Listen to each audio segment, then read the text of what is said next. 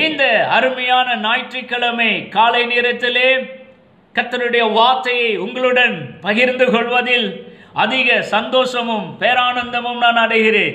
இந்த வேளையிலே உங்களுடன் பகிர்ந்து கொள்ளும்படியா என்னுடைய உள்ளத்தில் எழும்பியிருக்கிற காரியம் ஏதோடு தொடர்புடைய ஒன்று அப்படின்னா, அப்போஸ்தலனாகிய பவுல் கைதியாக விலங்கிடப்பட்டு இத்தாலியா தேசத்தில் உள்ள ரோமாபுரிக்கு ராயனுக்கு முன்பாக நியாயம் விசாரிக்கப்படும்படியாய் கப்பல் மார்க்கமாக அழைத்து கொண்டு செல்லப்படுகிறார் அப்படிங்கிற ஒரு நிகழ்வு அப்போஸ்தலர் நடவடிக்கைகள் 27 மற்றும் 28 ஆகிய 2 அதிகாரங்களை வாசிக்கும் போது அவைகளில் காணப்படுகிறது அல்லவா.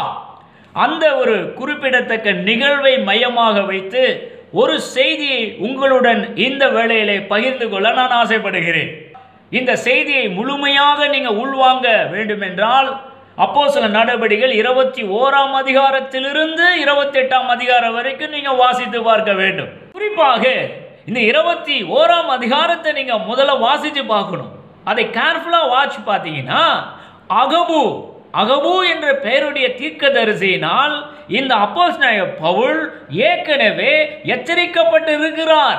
என்னவென்று எச்சரிக்கப்பட்டிருக்கிறாரு அப்படின்னா, ஐயா பவுல், அந்த எருசலேம் பட்டணத்துக்கு போகாதையா, நீ போனேன்னா உன்னை கைது பண்ணிடுவாங்க, நீ விலங்கிடப்படுவாய், ஆகையினால போகாதையா அப்படின்னு பரிசுத்த ஆவியானவர் உன்னை பார்த்து சொல்றார் ஐயா அப்படின்னு அகபு என்பவர் டெமான்ஸ்ட்ரேட் பண்ணி பவுலுக்கு இந்த எச்சரிப்பின் வார்த்தையை சொல்லுகிறார்.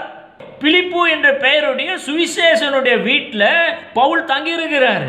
தங்கியிருக்கும் போது யூதயா தேசத்திலிருந்து அகபு என்ற தீர்க்கதரிசி அந்த பிலிப்புடைய வீட்டுக்கு வராரு. வந்து பவுல் அணிந்திருந்த கச்சையை அந்த அகபு தீர்க்கதரிசி அவனுடைய இந்த இடுப்பிலிருந்து உருவி அந்த கச்சையினால இந்த அகபு தீர்க்கதரிசி தன்னுடைய கைகளையும் கால்களையும் கட்டிக்கொண்டு டெமான்ஸ்ட்ரேட் பண்ணி இந்த பவுலுக்கு எச்சரிப்பின் வார்த்தையை சொல்லுகிறாரு.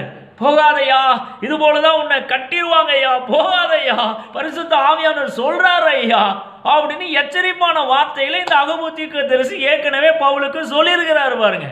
மாத்திரமல்ல, இதே 21 அதிகாரத்தில் 3 மற்றும் 4 ஆகிய 2 வசனங்களை வாட்சி பார்த்தீங்கன்னா, தீருங்கிற பட்டணத்தில் உள்ள சீசர்களும் கூட இந்த பவுலுக்கு எச்சரிப்பான வார்த்தைகளை சொல்லியிருக்கிறாங்க. அவங்க என்ன சொல்றாங்க பவுலை நோக்கி, நீர் எருசலேமுக்கு போக வேண்டாம், போகாதையா, நீ எருசலேமுக்கு போக வேண்டாம் என்று ஆவியின் ஏவுதனாலே சொன்னார்கள். பரிசுத்த ஆவியானுடைய ஏவுதனாலே இந்த தீரு பட்டணத்தில் உள்ள சீசர்களும் எச்சரிப்பான வார்த்தையில சொல்லி இருக்கிறாங்க. அப்போ இந்த 21 அதிகாரத்தில் 2 விதங்களில் ஏற்கனவே பவுல் எச்சரிக்கப்பட்டிருக்கிறார். எருசலேம் பட்டணத்துக்கு போகாத, போனா உன்னை கைது பண்ணிடுவாங்க அப்படின்னு சொல்லி. ஆனா அதையும் மீறி பவுல் அங்கே போகிறார். கைது ஆனாரா? ஆமா சார், கைது ஆகிறார். அப்போ எனக்கு ஒரு கேள்வி, இந்த வேத பகுதியெல்லாம் வாசிக்கும் போது என்ன கேள்வி அப்படின்னா, 21 அதிகாரத்தில் தெல்ல தெளிவாக பரிசுத்த ஆவியானவரால் இந்த அப்போஸ்தலனாகிய பவுல் வான் பண்ணப்பட்டிருக்கிறாரு. போகாதையா, போகாதையா, உன்னை கைது பண்ணி கட்டிடுவாங்க ஐயா சொல்லி இருக்கிறாங்க. ஆனா அதையும் மீறி போயிருக்கிறாரு. போனதுனால தானே கப்பல் சேதம், போனதுனால தானே கைது பண்ணப்பட்டிருக்கிறாரு. அப்போ இவர் ஆவியானுடைய வார்த்தைக்கு கீழ்ப்படியாம போனாரா? இது எப்படி புரிந்து கொள்றது அப்படின்னு ஒரு காரியம் எனக்குள்ள ஓடிக்கொண்டே இருந்தது பாருங்க. ரைட். அப்போ அதுக்கு ஒரு பதிலை நம்ம கண்டுபிடித்து ஆக வேண்டும் அல்லவா. கர்த்தருடைய சித்தம், கர்த்தருடைய சித்தம்னு நம்ம சொல்றோம்.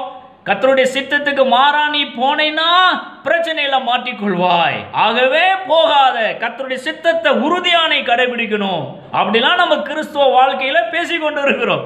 ஆனா நீங்க கூர்ந்து கவனிச்சீங்கன்னா பவுல் போக வேண்டாம், போக வேண்டாம்னு சொன்ன எச்சரிப்பின் சத்தத்தை மீறி போறாரு பாருங்க. அதனாலதான் கைது செய்யப்படுகிறார், சிறையிருப்புக்குள்ள போகிறார். அப்போ இதுல கூர்ந்து கவனிக்க வேண்டும், ஏன் அவர் மீறுகிறார் அப்படின்னு நீங்க பார்த்தீங்கன்னா, ஒரு வார்த்தையை நமக்கு ஒரு கீ பாயிண்டா எடுத்துக்கொள்ளலாம். என்னன்னா, இதே 21 அதிகாரத்தில் 13வது வசனத்தை வாட்ச் பார்த்தீங்கன்னா, அப்போஸ்தலர் நடவடிக்கைகள் 21:13 வாட்ச் பார்த்தீங்கன்னா, அகபு தீர்க்கதரிசி எச்சரிப்பின் வார்த்தையை சொல்லும் போது அதற்கு பதில் உத்தரமாக பவுல் என்ன சொல்றாரு அப்படின்னா, அதற்கு பவுல், நீங்கள் அழுது என் இருதயத்தை ஏன் உடைந்து போக பண்ணுகிறீர்கள்? எருசலேமில் நான் கர்த்தராகிய இயேசுவின் நாமத்திற்காக கட்டப்படுவதற்கு மாத்திரமல்ல, மரிப்பதற்கும் ஆயத்தமா இருக்கிறேன் என்றார். நீங்க பவுலுடைய ஸ்டேட்மெண்ட்.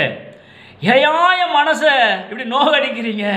நான் கர்த்தருக்குன்னு சாகரத்துக்கும் நான் தயாரா இருக்கிறேன் ஐயா, என்ன விடுங்கய்யா அப்படின்னு வாலண்டியராக பவுல் ஒரு ஸ்டெப் எடுத்து அந்த எருசலேமுக்கு போகிறார்.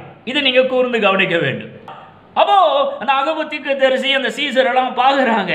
அவங்க ஒரு முடிவுக்கு வந்துட்டாங்க. 14வது வசனம், பவுல் சம்மதியாதபடினாலே கர்த்தருடைய சித்தமாக கடவுது என்று அமர்ந்திருந்தோம். சரி சொல்றோம், பவுல் கேட்க மாட்டேங்கிறாரு. சரி போகட்டும், கர்த்தருடைய சித்தம் ஏதோ ஆகிட்டு போகட்டும் அப்படிங்கிற மாதிரி அவங்க அமர்ந்திருந்தார்கள் அப்படின்னு இந்த வசனம் சொல்லுது. அப்போ இந்த காரியத்துல ஒரு முக்கியமான விஷயத்தை நாம கவனிக்க தவறிவிடக் கூடாது என்றே நான் கருதுகிறேன். என்ன விஷயம் அப்படின்னா, இந்த இடத்துல பவுல் தன்னுடைய சொந்த ஆசாபாசங்களை, பர்சனல் டிசையர்ஸ் நிறைவேற்றக்கூடிய முகாந்தரமாக கர்த்தருடைய சித்தத்துக்கு எதிர்த்து அவர் ஒன்றும் போகவில்லை. மாறாக இயேசுவின் நாமத்தின் நிமித்தம், for the sake of Christ, நான் செத்தாலும் பரவாயில்ல அப்படிங்கிற ஒரு டிசிஷன் எடுத்து கர்த்தருடைய சித்தத்துக்கு மாறாக அவர் எருசலேமை நோக்கி போகிறார். அப்ப மேலிருந்து கர்த்தர் பார்க்கிறாரு. எப்படி பார்க்கிறாரு? ஓஹோ, இந்த பவுல் தன்னுடைய சொந்த விருப்பங்களை நிறைவேற்றக்கூடிய முகாந்தரமா ஒன்றும் போகல, என்னுடைய நாமத்தின் நிமித்தம் தான் எருசலேமுக்கு போறான், செத்தாலும் பரவாயில்லன்னு சொல்லி துணிந்து போறான். ரைட்டு. அப்போ இதை நான் ஹானர் பண்ணுகிறேன். வாலண்டியராக அவன் போகிறான். என் நாமத்து நிமித்தம் செத்தாலும் பரவாயில்லன்னு வாலண்டியராக போகிறான். நோட் தி பாயிண்ட், வாலண்டியராக அவன் போகிறான். ஆகையினால் இதனை நான் அங்கீகரிக்கிறேன், இதை அக்னாலஜி பண்ணுகிறேன் என்ற ஒரு முடிவை கர்த்தர் எடுத்து அவர் அக்னாலஜி பண்ணினதுனால தான் அந்த இக்கட்டான சூழல்கள் எல்லாவற்றிலிருந்தும் பவுலை மாத்திரமல்ல, பவுலோடு அந்த பிரயாணத்திலே, கப்பல் பிரயாணத்திலே பங்கு வகித்த 276 பேரையும் காப்பாற்றினார் அந்த கர்த்தர். கடைசியில் நீங்க பாத்தீங்கன்னா ராயனுக்கு முன்னால நிற்கவும் செய்கிறார். நீங்க இடையில சில வசனங்களை நான் வாசித்து காண்பிக்க போகிறேன். ஒரு 2 வசனங்களை வாசிக்கிறேன் பாருங்க. வாசிங்கன்னா தெரியும். நீ ரோமாபுரிக்கு போகணும், ராயனுக்கு முன்னால நீ நிற்க வேண்டும் அப்படின்னு கர்த்தரே சொல்லுகிறாருங்க. ரொம்ப ஆச்சரியமா இருக்குதுங்க. அப்போஸ்தலர் 21ல அகபு மூலமா பரிசுத்த ஆவியானவர் தான் சொல்றாரு, அங்க போகாதப்பா, எருசலேமுக்கு போகாதப்பா அப்படின்னு, இல்லையா? அந்த தீரு பட்டணத்தில் உள்ள சீசர்கள் மூலமா பரிசுத்த ஆவியானவர் தான் சொல்றாரு, எருசலேமுக்கு போகாதப்பான்னு சொல்லிட்டு. ஆனா அவன் மீறி போறான். அந்த ப்ராசஸ் நடந்துட்டே இருக்கும்போது கர்த்தரே அவன் பக்கத்துல என்ன சொல்றாரு, நீ ரோமாபுரிக்கு போக வேண்டும் அப்படிங்கிறாரு. நாயா அது கர்த்தரை புரிந்து கொள்ளவே முடியல. மாத்திரமல்ல, அப்போஸ்தலர் 27ஆம் அதிகாரத்துல வாசி பார்த்தீங்கன்னா கப்பல் சேதம் அடைந்து விடும். எல்லாம் சொன்ன பேச்சு கேட்காம தென்றல் காற்று மெதுவாய் அடிக்கிறதுனால கப்பல் பிரயாணம் பண்ணலான்னு சொல்லி மாலுமி ஒரு டிசிஷன் எடுத்து போகிறான். யூரோட்கிளிதோன் புயல் காற்று வீசுது, கப்பல் சின்னாபின்னம் ஆயிடுது. அந்த சூழலையும் தேவ தூதன் பவுலுக்கு முன்னால ராத்திரியில வந்து நின்னு, பயப்படாத, நீ ராயனுக்கு முன்னால நிற்க வேண்டும் அப்படின்னு தூதன் மூலமாய் கர்த்தர் பேசுறாரு. அங்கே ஆவியானவர் பேசுறாரு, இங்கே கர்த்தர் தான் பேசுறாரு, இல்லையா? அது எப்படி அவர் டிசிஷன் மாறிட்டாரா? இல்லையா? ரோமாபுரிக்கு போய் ராயனுக்கு முன்னால் நிற்க வேண்டும் என்று ஏற்கனவே அவர் நியமித்திருக்கும் போது, அப்போ அகபு தீர்க்கதரிசியின் மூலம் ஏன் எச்சரிப்பின் வார்த்தையை சொல்லணும்? தீரு பட்டணத்தை சீசரின் மூலமா ஏன் எச்சரிப்பின் வார்த்தையை சொல்லணும்? யோசிச்சு பார்க்க வேண்டிய சமாச்சாரம். ஆகையினால் நான் சொல்லுகிறேன், பவுல் வாலண்டியராக நான் செத்தாலும் பரவாயில்ல அப்படின்னு இவன் வாலண்டியராக ஒரு டிசிஷன் எடுக்கிறதை கர்த்தர் ஆனர் பண்ணுகிறார். அப்போ இந்த வீடியோவை பார்த்து கொண்டு உங்களை பார்த்து நான் சொல்லுகிறேன், உங்களுடைய பர்சனல் டிசைர்ஸை நிறைவேற்றக்கூடிய முகாந்தரமா கர்த்தருடைய சித்தத்துக்கு மாறா போனீங்கன்னா எந்த ஹெல்ப்பும் உங்களுக்கு கிடைக்காது. மாறா நீங்க இயேசுவின் நாமத்தின் நிமித்தம் நான் இந்த பாடுகளை அனுபவிச்சா பரவாயில்ல அப்படின்னு பவுல் மாதிரி வாலண்டியராக நீங்க போனீங்கன்னா அப்போ கர்த்தர் ஒன்றும் வர வேண்டாப்பா, போக வேண்டாப்பா அப்படின்னு சொல்ல மாட்டாரு. ஏன்னா நீங்க தான் வாலண்டியராக இன்வால்வ் ஆகுறீங்களே, for the sake of Christ. அப்போ அவர் அக்னாலேஜ் பண்ணக்கூடியவராக தான் காணப்படுகிறார். இந்த ஒரு காரியத்தை, இந்த ஒரு பிக்சரை இந்த அப்போஸ்தலர் நடவடிக்கைகள் 21ஆம் அதிகாரத்திலிருந்து 28 அதிகாரம் வரைக்கும் வாசிக்கும் போது நீங்க தெரிந்து கொள்ள வேண்டும் என்று இந்த காலை நேரத்தில் கர்த்தர் விரும்புகிறார் என்றே நான் கருதுகிறேன். கப்பல் சேதத்தில் கர்த்தருடைய சித்தத்தின்படி அவன் போனதுனால தான் இது போல பாடுகள் வரும்போது கர்த்தர் அவனை காப்பாற்றினார் மாதிரி தான் நினைச்சு கொண்டிருக்கோம். ஆனா அப்போஸ்தலர் 21 வாசிக்கும் போது அப்படி தெரியல எனக்கு. அப்ப இந்த வீடியோவை பார்த்து கொண்டு உங்களை பார்த்து நான் சொல்ல விரும்புகிற ஒரு காரியம் என்ன அப்படின்னா, மிகவும் முக்கியமான காரியம். இதை நீங்க கவனிக்க தவறிவிடக்கூடாது. இயேசுவின் நாமத்தின் நிமித்தம் பவுலை போல சில உபத்திரவங்கள், பாடுகள், கஷ்டம், நஷ்டங்கள் எல்லாம் நம்ம சந்திக்கக்கூடியவர்களாக தான் இந்த உலகத்தில் காணப்படுகிறோம். அதெல்லாம் மாற்று கருத்து இல்லை. ஆனால் இந்த உபத்திரவங்கள் வழியாய் கடந்து போகும்போதும் அதிலே மிகப்பெரிய வெற்றியை கர்த்தர் நமக்கு வைத்திருக்கிறார் என்பதை கவனிக்க தவறிவிடக் கூடாது. இந்த உலகத்துல உங்களை கொண்டும் என்ன கொண்டுதான் ஏராளமான காரியங்களை நிறைவேற்றி முடிக்க வேண்டும் என்று கர்த்தர் பிளான் பண்ணிட்டு இருக்கிறார், காத்து கொண்டு இருக்கிறார். அப்போ உபத்திரவங்களை, பாடுகளை சந்திக்க வேண்டி வரும். இயேசுவின் நாமத்தின் நிமித்தம் மாத்திரம் தான், மற்ற எந்த விதத்திலும் பாடுகள் வராது. இது சைட்ல தெரிந்து கொள்ளுங்க. தரித்திரம் ஒரு பாடுகளா கிடையாது. நம்மளை ஐஸ்வர்யவானாக இந்த உலகத்திலே கர்த்தர் வைத்திருக்கிறார். நாம் ஐஸ்வர்யவான் ஆகும்படி அவர் சிலுவையிலே தரித்திரர் ஆனார் என்று எழுதப்பட்டிருக்குது. பாடுகள், உபத்திரவம் அப்படின்னா இயேசுவின் நாமத்தின் நிமித்தம் மாத்திரம்தான் பாடுகளும் உபத்திரவத்தையும் நாம் சந்திக்கக்கூடியவர்களாய் காணப்படுகிறோமே ஒழிய வேற எந்த விதத்திலும் அல்ல என்பதை தெரிந்து கொள்ள வேண்டும். ஏன்னா நிறைய பேர் சொல்றதை நான் பார்த்திருக்கிறேன். நான் ரத்த சாட்சியாக மறிக்கிறேன், நான் செத்து போனா பரவாயில்ல, இயேசுக்காக நான் சாகிறேன் அப்படிலாம் வழக்க சொல்லை இந்த கிறிஸ்துவ மார்க்கத்தில் காதார நான் கேட்டு இருக்கிறேன். நீங்க அப்படி செத்து போயிட்டீங்கன்னா என்ன பிரயோஜனம்? கொஞ்சம் யோசிச்சு பார்க்கணும். அப்ப பவுல் வாலண்டியரா போறாரு, சாக ரெடியா நானு அப்படின்னு சொல்லிட்டு போறாரு. அதே அனுபவம் எல்லாத்துக்கும் நம்ம எடுத்துக்கொள்ள கூடாது. பாருங்க, பவுல் சாகும்படியா தன்னை ஒப்பு கொடுத்தாரு, நானும் கிறிஸ்துவுக்காக சாகிறேன் அப்படிங்கிற மாதிரிலாம் ஒரு முடிவுக்குள்ள போகக்கூடாது என்பதுதான் இன்றைய செய்தியினுடைய கோர் பாயிண்ட். இப்போ இந்த காரியங்கள் எல்லாம் நம்ம கொஞ்சம் சப்ஸ்டான்ஷியேட் பண்ணா நல்லா இருக்கும் என்று நான் ஆசைப்படுகிறேன். ரைட். அப்போஸ்தலர் நடவடிக்கைகள் 24ஆம் அதிகாரம் 25, 26 ஆகிய வசனங்களை வாட்ச் பார்த்தீங்கன்னா, அகிரிப்பா ராஜாவுக்கு முன்னால கொண்டு போய் இந்த பவுலை நிறுத்திடுவாங்க. அங்க கோர்ட் சீன் நடக்கும். அகிரிப்பா ராஜாவுக்கு முன்னால தன்னுடைய காரியங்கள் எல்லாம் விளக்கி காண்பிப்பான் இந்த பவுல். கடைசியில் ஒரு ஸ்டேஜ் வரும்போது விசாரணையுடைய முடிவில் பார்த்தீங்கன்னா அகிரிப்பா ராஜாவுடைய மனமே மாறிடும். பாருங்க, கிறிஸ்துவை அவன் நம்ப ஆரம்பிச்சிடுவான். கொஞ்சம் விட்டா நானே கன்வெர்ட் ஆயிடுவான்ட்டுருக்குதப்பா அப்படின்னு அகிரிப்பா ராஜா சொல்லுவான். பாருங்க, இங்க ஒரு விஷயத்தை நீங்க கூர்ந்து கவனிக்கணும். என்ன அப்படின்னா, இந்த கோர்ட் சீன்லாம் நடைபெற்று கொண்டிருக்கும் போது இந்த பவுல் ராயனுக்கு அபயம் விட்டு இருக்கிறான். அபயம் என்ன? அப்பீல். இப்போ நான் கோர்ட்டு கேஸ்லாம் வரும்போது நான் அப்பீல் பண்ணிட்டேன் சார், ஹைகோர்ட்டில் அப்பீல் பண்ணியிருக்கிறேன் அப்படின்லாம் அந்த வார்த்தையை நம்ம பயன்படுத்துவோம் அல்லவா? இப்போ உங்களுக்கு புரியும். இந்த பவுல் ராயனுக்கு நான் அப்பீல் பண்ணிட்டேன் அப்படிங்கிற மாதிரி பவுல் சொல்லுகிறான். நீங்க அந்த வசனத்தை வாட்ச் பாருங்க. அப்போஸ்தலர் நடவடிக்கைகள் 25:11. அப்படி அப்பீல் பண்ணாம இருந்திருப்பான் என்று சொன்னால் இந்த அகிரிப்பா ராஜாவே இந்த பவுலை விடுதலையாக்கி இருக்க கூடும். பாருங்க, ராயனுக்கு நான் அப்பீல் பண்ணிட்டேன், வேற வழியே கிடையாது, ரோமாபுரிக்கு போய் தான் ஆகணும், ராயனுக்கு முன்னால இன்னுதான் ஆகணும். பாருங்க, இப்போ பவுல் இத்தாலியா தேசத்துக்கு போகிற ஒரு கப்பலில் ஏற்றப்படுகிறான். பவுல் மாத்திரம் இல்ல, அவனுடன் சேர்ந்து மற்ற கைதிகளும் 276 276 கைதிகளும் அதே கப்பல்ல பவுலுடன் ஏற்றப்படுகிறார்கள். ரைட். இப்போ கப்பல் அப்படியே சுமூகமா போயிட்டு இருக்குது இத்தாலியா தேசத்தை நோக்கி. ரைட். பல துறைமுகங்கள் எல்லாம் கடந்து போயிட்டு இருக்குது. அப்படி போகும்போது கிரேத்தா தீவு, கிரேத்தா ஐலண்ட் அப்படிங்கிற ஐலண்டை நோக்கி கப்பல் போகும்போது அந்த இடத்துல பார்க்குறாங்க ஒரு துறைமுகம் அவருடைய கண்களுக்கு தென்படுகிறது. அந்த துறைமுகத்தினுடைய பெயர் நல்ல துறைமுகம். பைபிள் அப்படிதான் சொல்லியிருக்கு, நல்ல துறைமுகம், பேரே அதுதான். அந்த நல்ல துறைமுகம் அப்படிங்கிற துறைமுகத்துக்கு வந்த உடனே கப்பலை ஹால்ட் பண்றாங்க. இந்த இடத்துல ஒரு சமாச்சாரத்தை நம்ம கூர்ந்து கவனிக்கணும். என்ன சமாச்சாரம் அப்படின்னா, கப்பல் அங்க ஹால்ட் ஆகி நிக்குது.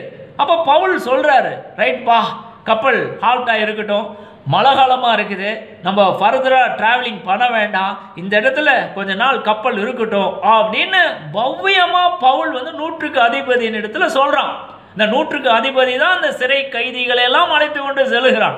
ரைட். அப்ப நூற்றுக்கு அதிபதிகிட்ட சொல்லும் போது அவன் பவுலுடைய பேச்சை கேட்டு இருக்க வேண்டுமா வேண்டாமா? நிச்சயம் கேட்டு இருக்க வேண்டும். ஆனா அந்த நூற்றுக்கு அதிபதி என்ன பண்றான்? பவுல் அவனுக்கு வேற வேலை இல்ல, இவன் சொல்றதெல்லாம் நான் கேட்க மாட்டேன், மாலுமியை கேட்பேன், கப்பலுடைய ஓனரை நான் கேட்பேன்னு சொல்லிட்டு மாலுமிகிட்ட போய் கேட்கிறான், கப்பல் ஓனர்கிட்ட கேட்கிறான்.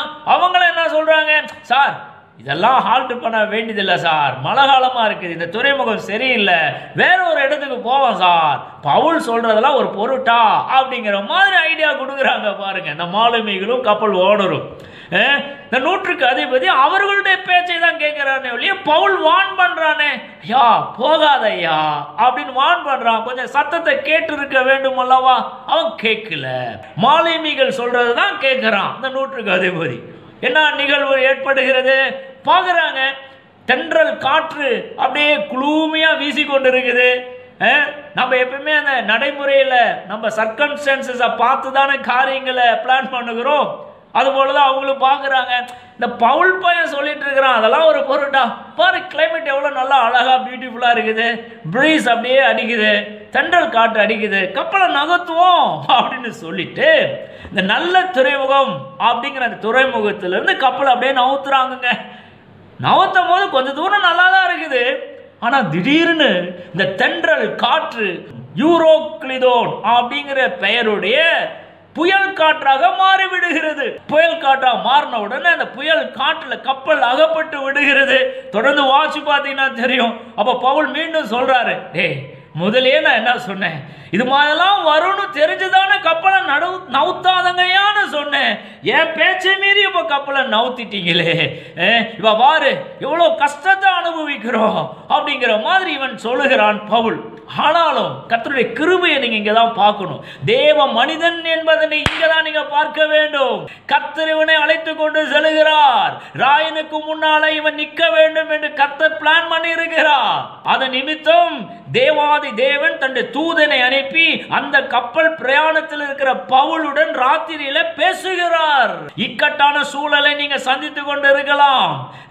கர்த்தருடைய சித்தத்தின்படி உங்களுடைய டிராவல் அமையும் என்றால் நான் சொல்லுகிறேன், எந்த மாதிரியான இக்கட்டான சூழலா இருந்தாலும், கடினமான சூழலா இருந்தாலும் கர்த்தர் ஓடோடி வந்து உங்களுக்கு உதவி செய்யக்கூடியவராய் இருக்கிறார். நல் வார்த்தைகளை அருளுகிற தேவனாய் இருக்கிறார். இக்கட்டான சூழ்நிலை, தென்றல் காத்து யூரோக்ளிதோனா மாறிவிட்டது, என்ன பண்றதுன்னு தெரியல, எல்லாரும் கதி கலங்கி இருக்கிறாங்க. தேவனுடைய கிருபையில் நான் நிரப்பப்பட்ட ஒரு மனுஷன் அந்த கப்பலுக்குள்ள இருந்ததனால அவன் மாத்திரம் இல்ல, அவனுடன் பிரயாணம் பண்ணி கொண்டிருந்த மற்ற 276 பேரும் காப்பாற்றப்பட்டார்கள். ஐயா காப்பாற்றப்பட்டார்கள். தேவ ஆவியினால் நிரப்பப்பட்ட தேவனுடைய வழி நடத்தல்படி சென்று கொண்டிருக்கிற ஒரு மனுஷன் ஒரு இக்கட்டான சூழல்ல இருந்தானா, அவன் நிமித்தம் யாரெல்லாம் அதே இக்கட்டான சூழல்ல மாட்டிக்கொண்டு கஷ்டப்படுறாங்களோ இவன் நிமித்தம் அவர்கள் எல்லாரும் தப்பி வைக்கப்படுவார்கள். அதான் நடக்குது பாருங்க. ராத்திரியில கர்த்தருடைய தூதன் வந்து பவுலிடத்துல பேசுறான். என்ன பேசுறான்? அவன் சொல்றான், இந்த மாதிரி கர்த்தர் தூதன் வந்து என்கிட்ட பேசினாயா, அதனால யாரும் சோர்ந்து போகாதீங்க, இப்படி பிரச்சனையில மாட்டிக்கிட்டோன்னு சோர்ந்து போகாதீங்க அப்படிங்கிற மாதிரி இவன் மற்றவர்களை என்கரேஜ் பண்ணுகிறான். இதுதான் கர்த்தருடைய கிருபையினால நிரப்பப்பட்ட ஒரு மனிதன் செய்கிற ஒரு காரியம். ஆத்திரம் இல்ல. 25வது வசனத்தை வாட்ச் பாத்தீங்கன்னா, எனக்கு சொல்லப்பட்ட பிராரமாகவே நடக்கும் என்று தேவனிடத்தில் நம்பிக்கையா இருக்கிறேன். விசுவாச வார்த்தைகளை கன்ஃபர்ஸ் பண்ணுகிறான். ஒரு சேதமும், கப்பல் சேதம் தான் நடைபெறுமே ஒழிய பிராண சேதம் எதுவுமே நடைபெறாது. தைரியமா இருங்க. ஏன்னா கர்த்தர் எனக்கு சொல்லி இருக்கிறாரு, என் வார்த்தையின்படியே நடக்கும், எந்த பிராண சேதம் நடைபெறாது, கவலைப்படாதீங்க அப்படின்னு அந்த கேயாஸ் கன்ஃபியூஷன் மத்தியில கர்த்தரால வழிநடத்தப்பட்டு கொண்டிருக்கிற தேவ மனிதன் ஒரு என்கரேஜ்மெண்ட் வார்த்தையை சொல்லுகிறான் பாருங்க. இப்படி என்கரேஜ் பண்ணும்போது இன்னொரு காரியத்தையும் சொல்றான். கப்பல் எல்லாம் உடஞ்சி போகும், சேதமாகும், ஆனா நான் ஃபீல் பண்றேன்ப்பா, ஒரு தீவுக்கு நேராக நம்ம நகர்த்தப்படுவோம், அந்த தீவுல போய் நம்ம ஹால்ட் பண்ணுவோம் அப்படிங்கிற காரியங்கள் எல்லாம் ஒரு வெளிப்பாடு மாதிரி பவுல் சொல்லுகிறான். அதே போல தொடர்ந்து அப்படியே வாட்சிங்கன்னா கப்பல் உடஞ்சிடும், பலகையெல்லாம் துண்டு துண்டா ஆயிரும். கப்பல் பலகையெல்லாம் அவன் பலகை மேல படுத்துட்டு உடஞ்ச துண்டு மேல படுத்துட்டு அப்படியே தத்தளித்து நீச்சல் தெரிஞ்சவெல்லாம் நீந்தி போய் ஒரு தீவுக்கு நேரா போவாங்க பாருங்க. அந்த தீவுக்கு பேரு தான் மெலித்தா தீவு. அந்த தீவுக்கு போய் நின்ன உடனே அந்த மெலித்தா தீவுக்குள்ள இருக்கிற தீவு கூட்ட மக்கள் எல்லாம் பாக்குறாங்க, அது இந்த கடற்கரையில இவ்வளோ கும்பல் நிக்குது, 276 பேர் பிளஸ் பவுல், இவர்கள்லாம் ஒரு கும்பலா நிக்குது, என்ன எதிர அவங்க உளுந்தடிச்சு ஓடி வராங்க. அவர்கள் பயங்கரமா அன்பினால் உபசரிக்கிறார்கள். முக்கியமான பாயிண்ட்ங்க, தேவனுடைய கிருபை இந்த மாதிரி சர்க்கம்ஸ்டான்சஸ்ல தான் உங்களால ஃபீல் பண்ண முடியும், பார்க்க முடியும். இதுதான் கர்த்தர் நடத்துகிற ஒரு காரியம். மெலித்தா தீவுக்கு போய் அங்க யாருமே இல்லைன்னா எப்படி இவர்கள் பராமரிக்கப்பட்டு இருக்க முடியும்? கொஞ்சம் யோசிச்சு பார்க்கணும். நான் எப்படி பார்க்கிறேன்னா, அந்த தீவில இருக்கிற ஒரு ஜன கூட்டத்தை இவர்களுக்காக கர்த்தர் ஏற்கனவே ஆயத்தப்படுத்தி இருந்தார். நீங்க கர்த்தருடைய சித்தத்தின்படி உங்க டிராவல் அமையும் என்று சொன்னால் எந்த இக்கட்டான சூழல் இருந்தாலும் நீங்க எதுக்கும் கவலைப்பட வேண்டிய அவசியமே இல்லை. அதர் எண்டுல உங்களை பராமரிக்கும்படி உங்களை பாதுகாக்கும்படி ஒரு கூட்ட ஜனத்தை கர்த்தர் ஏற்கனவே ஆயத்தப்படுத்தி வைத்திருப்பார். மெலித்தா தீவுல போய் கடற்கரையில் நிக்கிறாங்க. அந்த தீவு கூட்டத்தாரெல்லாம் ஓடி வந்துட்டாங்க, என்னமோ ஏதுன்னு சொல்லி. இந்த மாதிரி கப்பல் உடைஞ்சி வந்திருக்காங்கன்னு தெரிஞ்ச உடனே அவங்களை அரவணைத்து அப்படியே தங்க தீவுக்குள்ள அழைத்து கொண்டு போறாங்க பாருங்க. அப்படி அழைத்து கொண்டு போகும்போது பவுல் தேவனுடைய மனிதன் அப்படிங்கிறத கர்த்தர் அவர்களுக்கு முன்பாக ப்ரூவ் பண்ணும்படியா ஒரு சீனை கிரியேட் பண்ணுகிறார். இதெல்லாம் நீங்க கவனிச்சு பார்க்க வேண்டும்.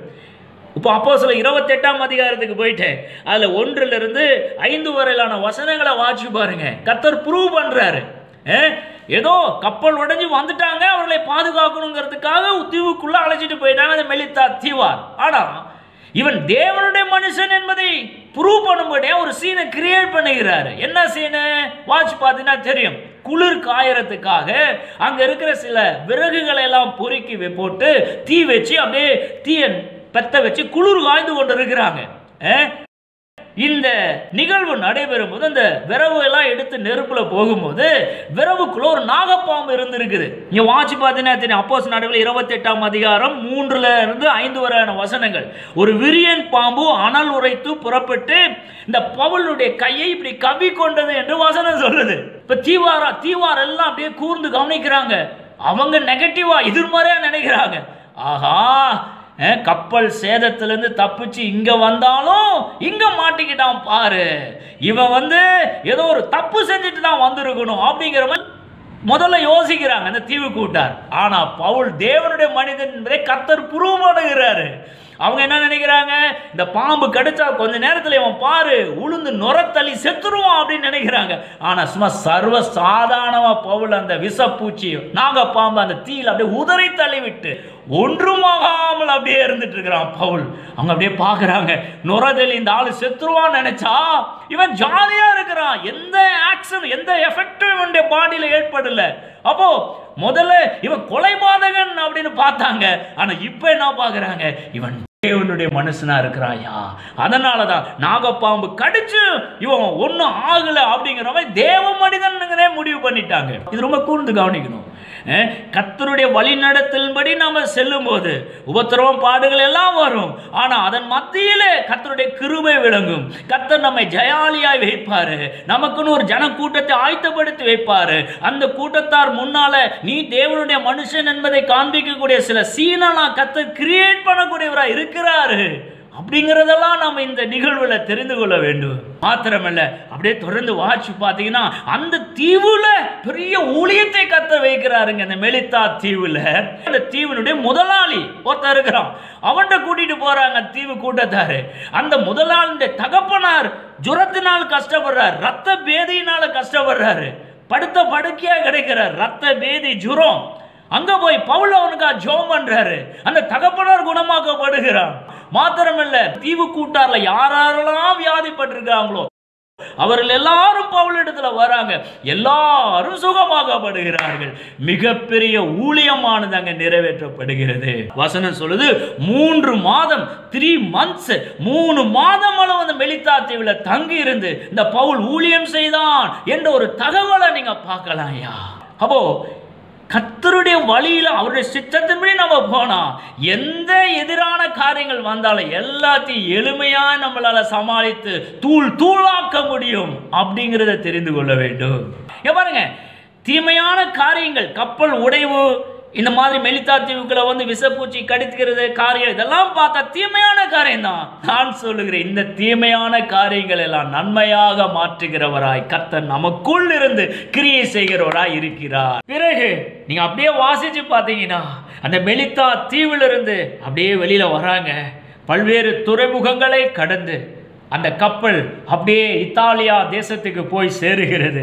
இத்தாலியா தேசத்தில் உள்ள ரோமாபுரிக்கு போய் சேர்ந்த உடனே இந்த 100க்கு அதிபதி பவுலையும் மற்ற 276 பேரையும் அந்த ரோமாபுரியில் இருக்கிற சேனாதிபதியின் இடத்துல ஒப்பு கொடுக்கிறான். அதோட இந்த 100க்கு அதிபதியுடைய வேலை முடிஞ்சிருச்சு. அந்த சேனாதிபதி பவுலை அழைத்து கொண்டு ராயனுடைய அரண்மனைக்கு செல்லுகிறான். இந்த ராயனுக்கு முன்னாலே கை கட்டி நிற்கிறான் பவுல். நியாய விசாரணை நடைபெறுகிறது. அந்த விசாரணையுடைய முடிவில் பவுலுடைய தலை துண்டிக்கப்படுகிறது. பைபிள் இல்ல, வரலாறு சொல்லுகிறது. தலை துண்டிக்கப்பட்டவனாக இந்த பவுல் மரிக்கிறான், மரணத்தை சந்திக்கிறான். ஏற்கனவே நான் சொன்னேன், அப்போஸ்தலர் நடவடிக்கைகள் 21ஆம் அதிகாரத்தில் வாலண்டியராக இந்த மரணத்தை ஃபேஸ் பண்ணுகிறான் பவுல். சொல்றான்ல 21ஆம் அதிகாரத்தில் வாசி காண்பித்தேன் அல்லவா, அகபு தீர்க்கதரிசி அவ்வளோ தூரம் சொல்றாரு, போகாதையா எருசலேமுக்கு. அந்த தீரு பட்டணத்தில் சீசர்களாம் சொல்றாங்க, பரிசுத்த ஆவியினால ஏவப்பட்டு போகாதையா அங்க. ஆனா இல்ல, நான் போவேன், இந்த இயேசு கிறிஸ்துவின் நாமத்துக்காக நான் சாகவும் தயார் அப்படின்னு வாலண்டியராக சாவை எதிர்கொண்டான் இந்த பவுல். அப்போ என்ன இதுல இந்த காரியங்கள் எல்லாம் இருந்து என்ன மீண்டும் மீண்டும் நான் வலியுறுத்தி சொல்லுகிறேன் அப்படின்னா, கர்த்தருடைய சித்தத்தின்படி ஆரம்பத்தில் அகவும் போக வேண்டாங்கிறான், தீரு பட்டணத்து சீசரில் வேண்டாங்கிறாங்க. ஆனால் இவன் வாலண்டியராக அந்த மரணத்தை ஃபேஸ் பண்ணுகிறான் அப்படிங்கிற தகவலை நீங்கள் மனதின் ஆழத்திலே பதிய வைத்துக் கொள்ள வேண்டும். ரைட்? அவன் வாலண்டியராக இதுக்கு ஒப்பு கொடுத்தனால கர்த்தரும் அதை ஹானர் பண்ணுகிறார். அப்போ இதிலிருந்து உங்களுக்கு நான் சொல்லுகிற ஒரு செய்தி என்ன அப்படின்னா, நீங்க வாலண்டியரா இயேசுவின் நாமத்தின் நிமித்தம் வாலண்டியரா உங்களை அந்த பாடுகளுக்கு அந்த உபத்திரங்களுக்கு ஒப்பு கொடுத்தீங்கன்னா கர்த்தர் ஒன்றும் குறுக்கால வந்து நிற்க மாட்டாரு. ஓகே என்று அக்னாலேஜ் பண்ணக்கூடியவராக கர்த்தர் காணப்படுகிறார். ஆனா அதே நேரத்தில் இது பவுலுடைய அனுபவமா மாத்திரம் நீங்க பாருங்க ஐயா. ஏன்னா இந்த உலகத்துல ஏற்கனவே நான் சொல்லிட்டேன்னு நினைக்கிறேன், நான் கிறிஸ்துக்காக செத்தாலும் பரவாயில்ல, ரத்த சாட்சியா மறிக்கிறேன் அப்படிலாம் பல பேர் சொல்லுகிறத உங்க காதுல கேட்டிருப்பீங்க. அவங்கெல்லாம் எதை வச்சு சொல்றாங்கன்னா இந்த பவுலுடைய அனுபவத்தை வச்சு சொல்றாங்க. ஆனா நான் உங்களுக்கு சொல்லுகிறேன், இந்த வீடியோவை பார்த்து கொண்டு உங்களை பார்த்து சொல்லுகிறேன், அப்படிலாம் நம்ம மரணத்தை சந்திக்க வேண்டும் என்ற ஒரு அவசியம் கிடையாது. சூழல் ஏற்பட்டா அதுபோல ஒரு சூழல் ஏற்படுகிறது, வேற வழியே இல்லைன்னா அது நடந்துட்டு போகட்டும், that is not the matter. ஆனா நான் ரத்த சாட்சியா மறிக்கிறையா அப்படிங்கலாம் நம்ம வாயில சொல்ல வேண்டிய அவசியம் இல்லை என்பதை தான் நான் வலியுறுத்த விரும்புகிறேன். ஏன்னா அந்த உலகத்துல நீடித்த வாழ்வு நிறைந்தவர்களாக நம்ம காணப்பட வேண்டும். உங்களை கொண்டும் என்னை கொண்டும் ஏராளமான காரியங்களை இந்த உலகத்துல நிறைவேற்றும்படியாய் அந்த இயேசு விருப்பப்படுகிறார். நீங்களும் நானும் செத்து போயிட்டுனா அவருடைய திட்டத்தை எப்படி நிறைவேற்ற முடியும்? ஆகவே சும்மா ரத்த சாட்சியால நான் மறிக்கிறேன் அப்படிலாம் நம்ம வாயில சொல்ல வேண்டிய அவசியமே இல்லை என்று கருதுகிறேன். இந்த உலகத்துல எவ்வளவு நாள் வாழ முடியுமோ அவ்வளவு நாள் வாழ்ந்து அவர் நினைக்கிறத இந்த உலகத்துல செஞ்சு முடிச்சிடணும் ஐயா. ஸோ இன்றைய செய்தி உங்களுக்கு பிரயோஜனமாக இருந்திருக்கும் என்று நான் கருதுகிறேன். ஏன் இந்த செய்தியை இவ்வளோ தூரம் விளக்கமாக சொன்னேன்னு எனக்கு தெரியல. ஏன்னா எனக்குள்ள ஒரு தாட் இருந்து கொண்டே இருந்தது பாருங்க, ஒரு கேள்வி. ஏன்னா இவ்வளோ தூரம் வான் பண்ணுறாங்க, அதை மீறி தான் போகிறாரு, கைதியாக ஆக்கப்படுகிறாரு, கடைசியில் சிறைச்சேதம்லாம் பண்ணப்படுறாரு. ஆனால் அவாய்ட் பண்ணியிருக்கலாம்ல அப்படின்னு ஒரு கேள்வி எனக்குள்ளே எழும்பினது. ஸோ அதை வச்சுட்டு அப்படியே ட்ரேஸ் பண்ணி பார்க்கும்போது தான் அவனை கண்டுபிடிச்சேன். ஆஹா, இவர் வாலண்டியரா அந்த மரணத்தை எதிர்கொண்டாரு அப்படிங்கிறத நான் பார்த்தேன். இந்த செய்தி ஏதோ ஒரு விதத்தில் உங்களுக்கு பிரயோஜனம் அளிக்கக்கூடியதா நிச்சயம் இருந்திருக்கும் என்று நான் கருதுகிறேன். ஸோ இந்த செய்தியின் மூலமாய் கர்த்தர் உங்களை ஆசீர்வதிப்பாராக. Amen. Praise the lord. Amen.